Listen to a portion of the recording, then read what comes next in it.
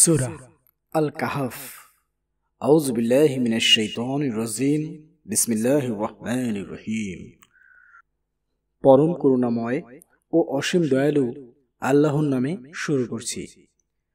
সব প্রশংসা আল্লাহর, যিনি নিজের বান্দার প্রতি এই গ্রন্থ নাজিল করেছেন এবং তাতে কোনো বক্রতা রাখেননি।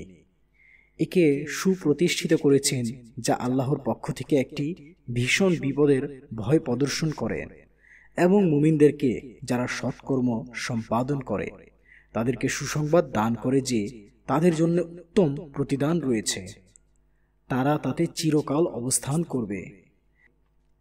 এবং তাদেরকে ভয় প্রদর্শন করার জন্য যারা বলে যে আল্লাহর সন্তান রয়েছে, এ সম্পর্কে তাদের কোনো জ্ঞান নেই এবং তাদের পিতৃপুরুষদেরও নেই। কত কঠিন তাদের মুখের কথা! তারা যা বলে তা তো সবই মিথ্যা। তারা যদি এই বিষয়বস্তুর প্রতি বিশ্বাস স্থাপন না করে, তবে তাদের পশ্চাতে সম্ভবত আপনি পরিতাপ করতে করতে নিজের প্রাণ নিপাত করবেন।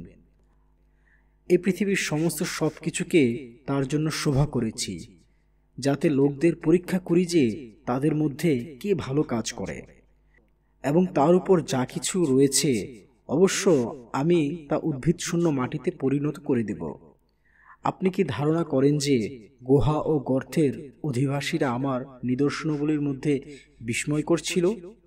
যখন যুবকরা পাহাড়ের গুহায় আশ্রয় গ্রহণ করে, তখন দোয়া করে, হে আমাদের পালনকর্তা, আমাদেরকে নিজের কাছ থেকে রহমত দান করুন এবং আমাদের জন্য আমাদের কাজ সঠিকভাবে পূর্ণ করুন।